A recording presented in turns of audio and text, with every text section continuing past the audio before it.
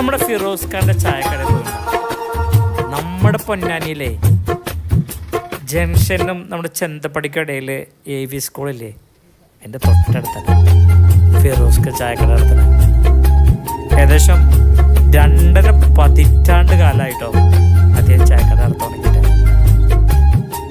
ഞാൻ കോളേജിലൊക്കെ പഠിക്കുന്ന സമയത്ത് 2 രൂപയെന്ന് ചായക്ക് 50 പൈസയായിരുന്നു പൊരിച്ച കടിക്കൊക്കെ.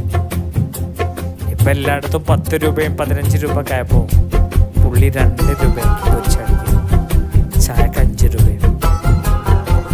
വൈകുന്നേരം ഒരു 3 മണിക്ക് തുടങ്ങും, ഒരു 6 മണിയാകുമ്പോഴേക്ക് പുള്ളിയുടെ കച്ചവടമൊക്കെ കഴിഞ്ഞ് പുള്ളി വീട്ടിൽ.